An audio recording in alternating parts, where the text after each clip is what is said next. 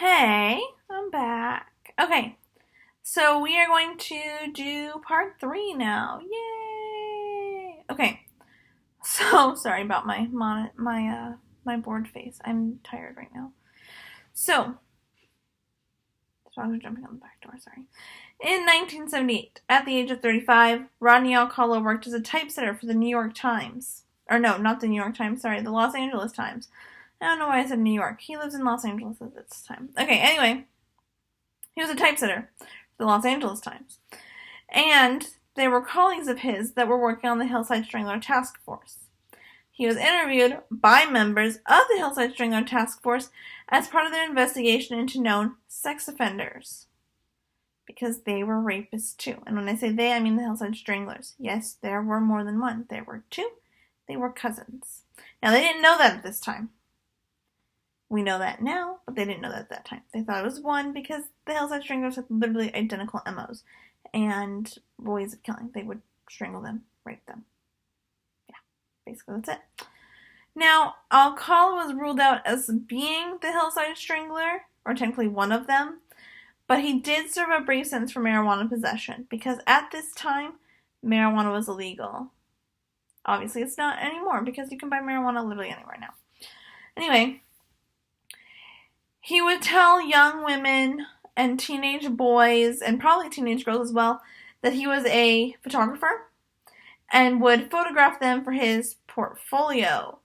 And so he would share pictures from his portfolio with his colleagues, and the girls were naked in almost all of them. Some of the boys were naked too, but one of his colleagues actually said that they made him uncomfortable. He was kind of creeped out by them. And when he asked why Alcala took them, Alcala said, "Oh, well, their mother asked me to." Okay, why is their mother asking you to take pictures of them naked or scantily clad? I don't know. Anyway, in 1979, before he was arrested, a woman allowed Alcala to photograph her and states, quote, "He said he was a photographer, so in my mind I was being a model for him," end quote. Now, if somebody comes up to you and says they're a photographer and they want to take pictures of you, yeah, you're thinking you're going to be a model for them. You don't expect to be killed and raped or knocked unconscious and raped like he did to 15-year-old Monique Hoyt. And we will talk more about her, seriously, in a minute. Because the portfolio, like I said, also included naked boys, but the naked teenage boys were in sexually explicit poses. In all of them.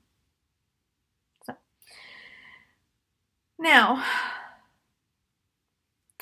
to this day, some of the photos of victims taken by Alcala have yet to be identified, and some of the police who are working the case are worried that the victims are cold case victims that their murders haven't been solved yet. But they don't know.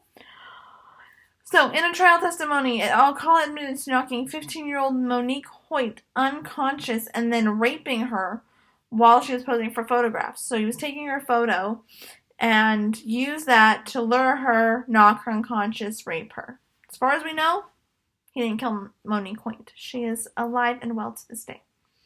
Now, back to the dating game appearance he made in 1978.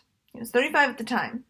The host Jim Lang introduced him this way, and I quote, "A successful photographer who got his start when his father found him in the darkroom at the age of 13, fully developed.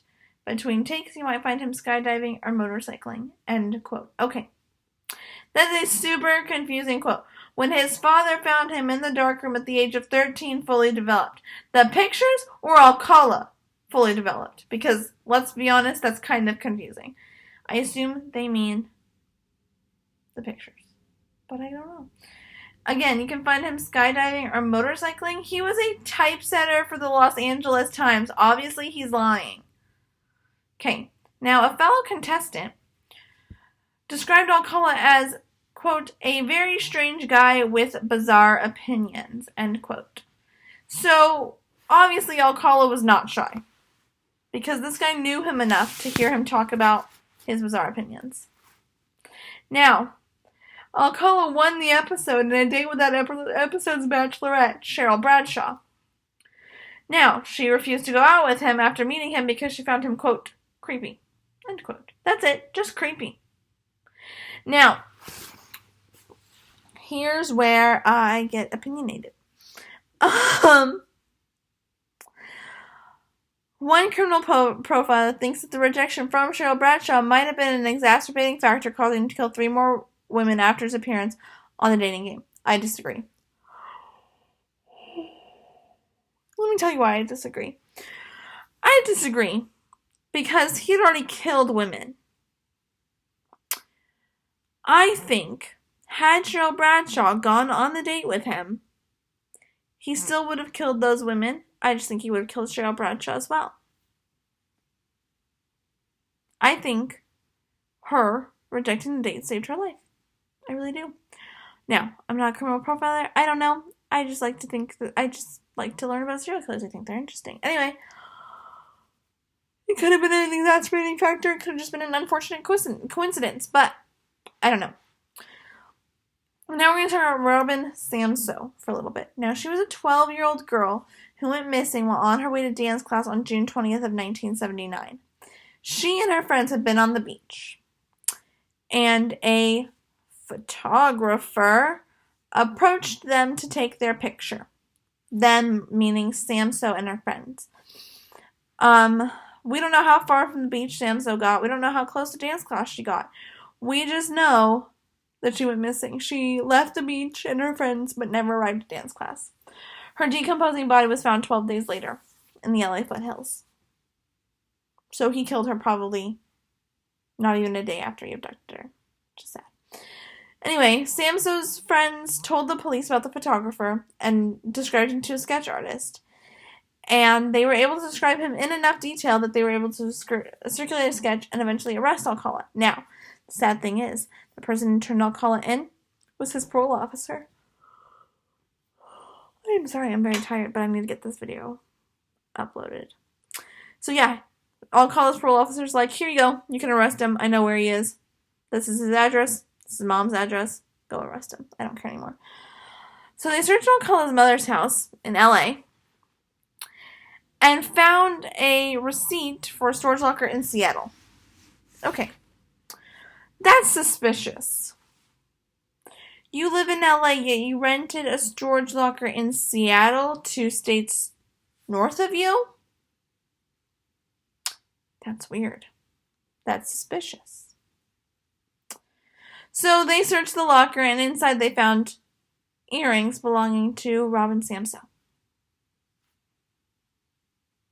Now they have a reason to arrest him. So in July of 1979, just days after he was abducted Samsoe and her body was found, because her body was found July 1st, he was held without bail. Now, in 1980, he went on trial. He was tried, convicted, and sentenced to death for Samsoe's murder, but the verdict ended up being overturned because jurors had been improperly informed of his former sex crimes. So that's a mistrial, unless I completely understood mistrial. In 1986, so 6 years later, after a very similar, almost identical trial, except for the omission of the prior criminal record, he was convicted and sentenced to death for the second time. So twice in 6 years, he was convicted to death. In 2001, so this is now 15 years later, the second conviction was nullified, in part because a witness was not allowed to support Alcala's contention that the park ranger who discovered Samsoe's body was, quote, hypnotized by police investigators, end quote. Alcala was trying to convince the judge and jury that the park ranger who found her was hypnotized. I don't know how that's going to help you, because he still discovered her body. And it's her body. I don't know what the hypnotism has to do, but he tried to support. That's what he was saying. Don't ask me why. 2 years later, while preparing for their third prosecution in 2003, investigators learned that Alcala's DNA matched a semen sample left at the rape murder scenes of 2 women in LA. So now they know that he raped these 2 women because his DNA is a match. So now they have another reason to arrest him. He raped 2 women in LA. Now, additional evidence including another cold case match in 2004, led to the indictment for the murders of 4 additional women. So now they have him on semen samples for 2 women that he raped, and now they have his DNA at murder scenes of 4 separate women. So now they have 6 reasons to arrest him. 2 murder charges, 2 rape charges, 4 murder charges, but they also have Robin Samso. So that's the 7th charge that they have a reason to arrest him for. Now, they did arrest him, try him, convict him, and sentence him to death twice now for Robin Samso. It just keeps getting overturned or nullified. So, they have 6 reasons to arrest him. That's 6 in sign language, by the way. They have the 2 murder charges, the 2 rape charges. I don't know why I keep saying murder. 2 rape charges, 4 murder charges. Now, these are the 4 additional women. And I'm going to tell you if they are low risk or high risk. Now, here's the difference. When I say low risk, I don't mean low risk for the murderer. I mean low risk victim. That means they live a low risk lifestyle. So a low risk lifestyle would be your everyday Joe. You know, they get up, they take care of their kids, they clean the house, they go grocery shopping, they go to church, they go to work, you know. They just kind of, you know, they're normal. They drink a glass of wine. They drink a bottle of soda. You know, just everyday people. A lot of people refer to them as soccer moms. That's a low-risk lifestyle. It's a soccer mom. Now, there's also high risk. Now, again, that's not high risk for the murderer. That's a high-risk lifestyle. Prostitutes and runaways. Oh, I'm sorry. Prostitutes is not socially acceptable anymore. Sex workers and runaways. Homeless people are also high risk. People that murderers think nobody will miss, which is why it's sex workers, homeless people, and runaways. So, if I say low risk, it's the exact opposite for the murderer. If they are low risk victim, then it was higher risk for the murderer to take them. So, a lot of murderers will start with low risk victim or with high risk victims and work their way up to low risk. But some people they'll flip flop between the two. They'll do a high risk victim, then do a low risk victim, and then they'll take a break, but to get their confidence back, they'll do another high risk victim. Just, you know, to build up their confidence again. So, the first woman out of the 4 that he murdered and they found his DNA at was Jill Barcombe. She was 18, she was a runaway, so she was high risk, but they thought that she was a victim of the Hillside Strangler. But she wasn't. She was a victim of Alcala. His DNA was found there. Then there was Georgia Wickstead, 27, low risk. She was bludgeoned in her apartment. They found her bludgeoned to death in her apartment. We don't know where Jill Barcombe was found. We do. She was rolled up practically into a ball and found in a ditch. But we don't know where she was from. We just know that she was 18 years old and she was a runaway. She was high risk. She was killed. Georgia Wickstead, 27, low risk, bludgeoned to death in her apartment. Obviously, Alcala's MO is all over the place because he obviously strangled Jill Barcombe if she was thought to be a victim of the Hillside Strangler. Then there's Charlotte Lamb, 31, low risk, found raped and strangled in the laundry room of her apartment complex. So now he's back to strangling and raping. He bludgeoned Georgia Wickstead, but he strangled Charlotte Lamb and Jill Barcombe. Then there was Jill Perrin, too. She was 21. She was low risk. She was killed in her apartment. We don't know how. We just know killed. And all the bodies have been posed. Now, when you pose a body, some people pose them with their hands across their chest, like they're in a casket or a mummy, and supposed to put them at rest. Some people will just cross the hands over their heart to protect their heart from demons. Some people will lay them out like they're sleeping. Posing typically means regret, remorse. They feel bad for what they did. If they just leave them the way they died or just throw them out the window like trash, they don't feel remorse. But he posed them. So there's a very good chance he felt remorse. So he wanted them to be at peace, in a way. Now, the storage locker that Alcala rented. There was another pair of earrings found in that storage locker that had a residue that matched Charlotte Lamb's DNA. Now, she was victim 3. She was the one that was found raped and strangled in the laundry room of her apartment complex. Can you imagine finding that? Anyway, there is more. I want to go into this, but there's a lot to Rodney Alcala. He is kind of a bad egg. He's kind of a strange egg, and he's kind of a smart cookie, all wrapped up into one person. So I will continue this in the next video. Plus, it's where my notes end. So, I will see you next week in the next video. Thank you. I love you all so much. Thank you for supporting me.